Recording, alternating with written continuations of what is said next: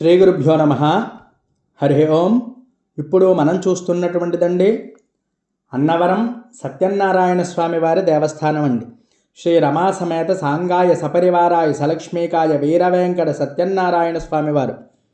ఈ క్షేత్రం సాధారణంగా తెలియని వాళ్ళంటూ ఎవ్వరూ ఉండరు. ఇది ఎలా వెళ్ళాలి ఏమిటి అనేది మనం ఇప్పుడు తెలుసుకుందాం. తూర్పుగోదావరి జిల్లా అన్నవరం. ఇది వైజాగ్ నుంచి వెళుతూ ఉంటే కూడా మనకి చాలామందికి ఇక్కడ ఆగి ప్రసాదాన్ని స్వీకరించి స్వామివారికి నమస్కారం చేసుకుని వెళ్తూ ఉంటారు. ఈ ఊరు వెళ్ళడానికి చాలా సౌకర్యాలు ఉన్నాయండి. ట్రైన్ స్పెషాలిటీ ఉంది, అలాగే బస్సులు కూడా చాలా ఉన్నాయి. సాధారణంగా మనం ఏ శుభకార్యం ఆచరించినా తలపెట్టినా సరే ముందుగా అనుకునేది ఏమిటి అంటే అండి ఈ సత్యనారాయణ స్వామి వారి వ్రతం. అందువల్లే ఈ యొక్క క్షేత్రానికి చాలా విశిష్టత. ఈ క్షేత్రం చాలా మందికి అంటే చాలా కష్టాల్లో ఉన్న వాళ్ళకి కానీ, అలాగే సంతానం లేని వారికి కానీ, రుణాలతో బాధపడుతున్న వారికి కానీ ముందుగా గుర్తొచ్చేది ఏమిటి అంటే అండి సత్యనారాయణ స్వామి వారి వ్రతం.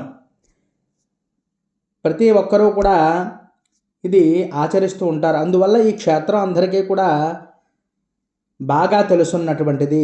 మరి ఈ క్షేత్రం యొక్క విశిష్టత ఏమిటి, దీని స్థల పురాణాలు ఏమిటి అనేది ఇప్పుడు మనం ఈ వీడియోలో తెలుసుకుందాం.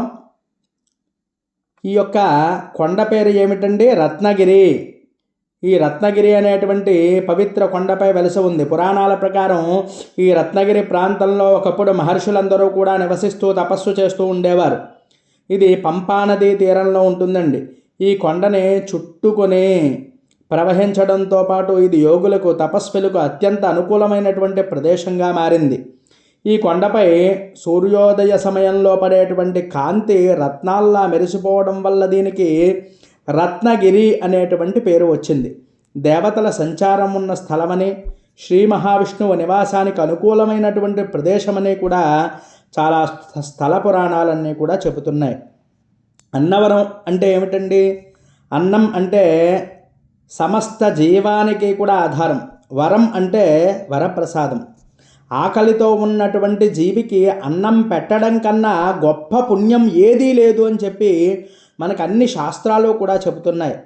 అంటే అన్నప్రసాదాన్ని వరంగా ప్రసాదించేటువంటి స్వామి వెలసినటువంటి స్థలం కనుక ఈ క్షేత్రానికి అన్నవరం అనేటువంటి నామం వచ్చిందండి.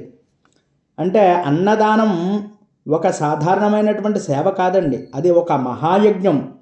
ఎందువల్ల అంటే మనకి ఎంత ధనం ఇచ్చినా ఏమవుతుందండి, ఇంకా ఆశ, ఇంకా రావాలి, ఇంకా సంపాదించాలి అని చెప్పి మీరు ఒక ధనం ఎవరికైనా అలా ఇస్తూ ఉంటే వాళ్ళు తీసుకుంటూనే ఉంటారు. అది కడుపు నిండదు, ఆశ తీరదు. కానీ అన్నం చూడండి, ఒక 10 మందికి పెట్టి చూడండి, ఎంత తింటాడు? మహా అయితే ఒక తవిడు అన్నం తింటాడు, లేదా ఇంకో 2 గుప్పుళ్ళు తింటాడు. ఇంకా ఎంతవరకు కావాలో అంత, బాబోయ్ చాలు చాలు చాలు అని తృప్తిగా ఎప్పుడు చెప్తాడు అంటే ప్రతి మానవుడు కానీ ప్రతి జీవి కానీ శుభ్రంగా కడుపు నిండినప్పుడే చెప్తాడు చాలు బాబోయ్ చాలు అని. అది మహాపుణ్యంటండి. వాడు కడుపు నిండా పెట్టినటువంటిది, తృప్తిగా పెట్టినటువంటిది ఏమిటి అంటే అన్నం. అందుకే అన్నదానానికి అంత పవిత్రత, అంత ప్రాధాన్యత కూడా మన మహర్షులు అందరూ కూడా ఇవ్వడం జరిగింది. మరి ఈ స్థల పురాణ ప్రకారం ఏమిటి అనేది ఇప్పుడు చూద్దాం. ఒకానొక సందర్భంలో ఒక బ్రాహ్మణుడు ఈ రత్నగిరి ప్రాంతంలో నివసిస్తూ శ్రీ మహావిష్ణువు అత్యంత భక్తితో ఆరాధన చేస్తూ ఉండేవాడు. ఒక రాత్రి సమయంలో స్వప్నం అంటే కల అండి. కలలో శ్రీ మహావిష్ణువు సత్యనారాయణ స్వామి స్వరూపంలో దర్శనమిచ్చి ఇలా అనుగ్రహించారటండి. ఈ రత్నగిరిపై నేను స్వయంభువుగా వెలుస్తాను. కలియుగంలో నా వ్రతాన్ని ఆచరించేవారిని నేను కాపాడుతూ ఉంటాను. నా కథను భక్తులందరికీ కూడా వినిపించు. ఆ స్వప్న దర్శనానంతరం కొండపై స్వామి స్వయంభువుగా ఆవిర్భవించినాడు అని చెప్పి మనకి పురాణాలు చెబుతున్నాయి. అన్నవరం స్వామి యొక్క విగ్రహం భారతదేశంలోనే అత్యంత అరుదైనటువంటిది. త్రిమూర్తి స్వరూపంగా ఉంటుందండి. పాదభాగంలో బ్రహ్మస్వరూపం, ఇది సృష్టికారకుడు. మధ్య భాగంలో విష్ణు స్వరూపం, ఇది స్థితికారకుడు. శిరస్సు భాగంలో శివస్వరూపం, ఇది లయకారకుడు. 3 కార్యాలు వేరు కాదండి, 3 దేవతలు వేరు కాదండి, ఒకే పరబ్రహ్మతత్వం. అది అద్వైత సిద్ధాంతానికి ప్రత్యక్ష స్వరూపం. సత్యనారాయణ స్వామి వారి వ్రత పురాణ కథంతా కూడా స్కాంద పురాణంలో ఈ వ్రత మహత్యం విస్తృతంగా వర్ణించబడింది. ఒక పట్టణంలో ఒక బ్రాహ్మణుడు ఉండేవాడండి. అతడు నిత్యం దారిద్ర్యంతో బాధపడుతూ ఉండేవాడు. ఒకానొక రోజు నారద మహర్షి ఆయనకి దర్శనమిచ్చి, నీ యొక్క దారిద్ర్యంతో చాలా బాధపడుతున్నా, నువ్వు సత్యనారాయణ స్వామి వారిని వ్రతాన్ని ఆచరించు అని చెప్పి ఉపదేశించాడు. ఆ బ్రాహ్మణుడు శ్రద్ధతో వ్రతం చేయగా అతని జీవితం అంతా కూడా సుఖ సంతోషాలతో నిండిపోయింది. కానీ కొంతకాలం తర్వాత అతడు ఆ వ్రతాన్ని చేయడం కూడా విస్మరించాడు. దాంతో మళ్ళీ కష్టాలు వచ్చాయి. తప్పు తెలుసుకుని తిరిగి భక్తి శ్రద్ధలతో వ్రతం చేయగానే స్వామి అనుగ్రహం తిరిగి లభించింది. ఈ కథ ద్వారా పురాణాలు బోధించేటువంటి విషయం ఒకటే అండి, భక్తిలో నిష్ఠ ఉంటేనే వరం నిలుస్తుంది. సత్యం జ్ఞానమనంతం బ్రహ్మ శ్రీ సత్యనారాయణో హరి. సత్యమే స్వరూపంగా అనంత జ్ఞానంగా ఉన్న పరబ్రహ్మ స్వరూపుడు ఎవరు అంటే ఈ సత్యనారాయణ స్వామి వారండి. అన్నవరం క్షేత్రంలో వ్రతం చేయడం అంటే కేవలం ఏదో కథ వినడమని కాదు, అది ఒక ఆత్మశుద్ధి ప్రక్రియ.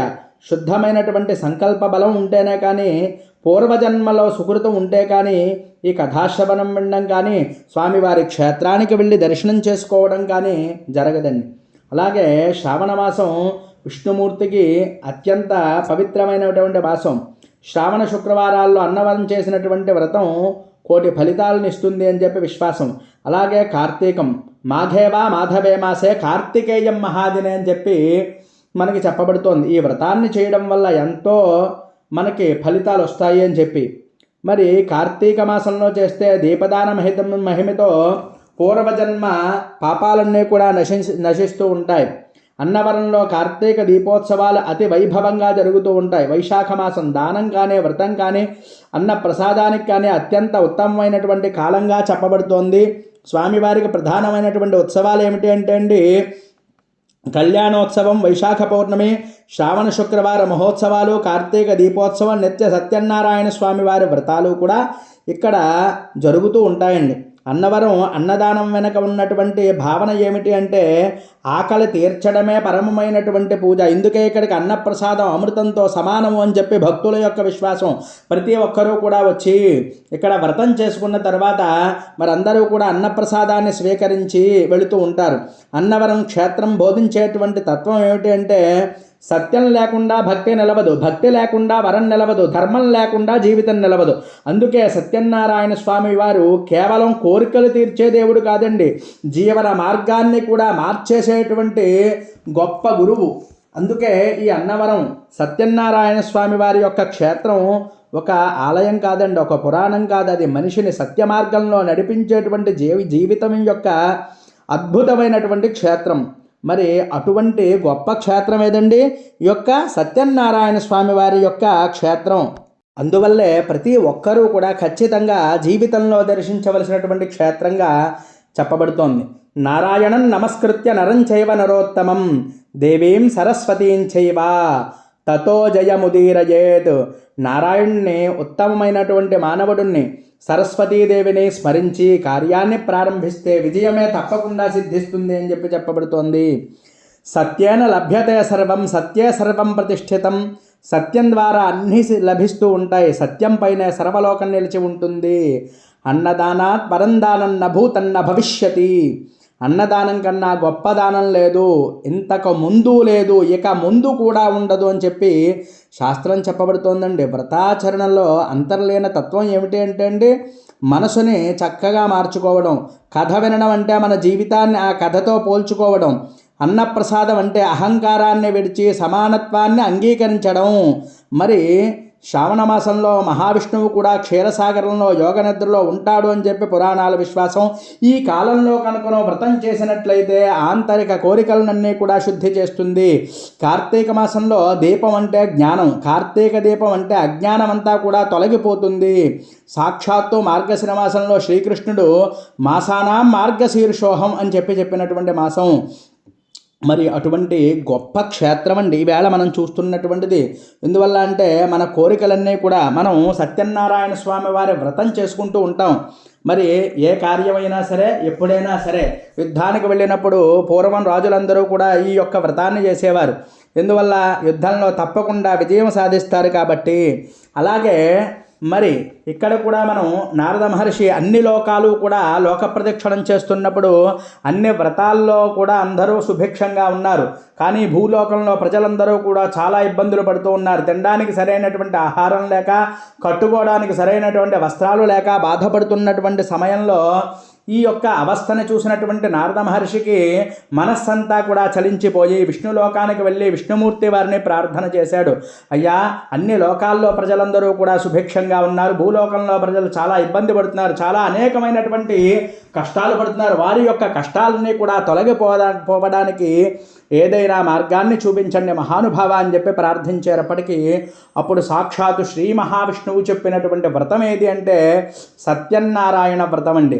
అప్పుడు ఆ వ్రతాన్ని చేయడం ద్వారా భూలోకంలో ప్రజలందరూ కూడా దారిద్ర్య బాధ నుంచి మరి బయటపడడం అనేది జరిగింది. తర్వాత కాశీనగరంలో 4 వేదాలు చదువుకున్నటువంటి గొప్ప పండితుడు ఒక ఆయన చాలా ఆకలి బాధతో బాధపడుతూ ఉండేటప్పటికీ ఆయనకి కూడా ఈ యొక్క సత్యనారాయణ స్వామి వారు ఒక ముసలి వేషంలో వచ్చి ఈ వ్రతాన్ని చేయవయ్యా నీ యొక్క దుఃఖ శోకాది శమనం సర్వత్ర విజయప్రదం అని చెప్తాడండి.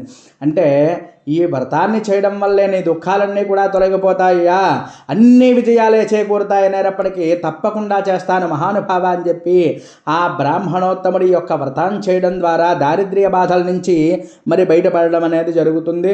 అలాగే ఒకానొక సందర్భంలో ఓ మహారాజుకి సంతతి లేక చాలా ఇబ్బంది పడుతూ ఉన్నటువంటి సమయంలో ఈ వ్రతాన్ని చేయడం ద్వారా సంతతి కలుగుతుంది. అలాగే ఒక వైశ్యుడు కూడా, అంటే ఒక షావుకారు ఒక ఆయన మరి వర్తకం అది ముగించుకుని వస్తున్నటువంటి సమయంలో ఈ రాజు చేసినటువంటి వ్రతాన్ని చేసి, అయ్యా నాకు కూడా సంతానం లేక చాలా బాధపడుతూ ఉన్నాను, అనేకమైనటువంటి నేను యజ్ఞాలు యాగాలన్నీ కూడా తలపెట్టాను, నాకు సంతానం కలగలేదు అనేటప్పటికీ ఈ వ్రతాన్ని చేయవయ్యా తప్పకుండా సంతానం కలుగుతుంది అంటే ఆ షావుకారు గారు కూడా ఈ వ్రతాన్ని చేసి సంతతిని పొందినటువంటి అవకాశం అన్నమాట. అప్పుడు అలాగే చేస్తాను అని చెప్పి వాయిదాలు వేసి చాలా ఇబ్బందులు పడి చివరికి చేసినటువంటి క్షణంలో సంతతి కలుగుతుంది మరి ఆ షావుకారు కూడా.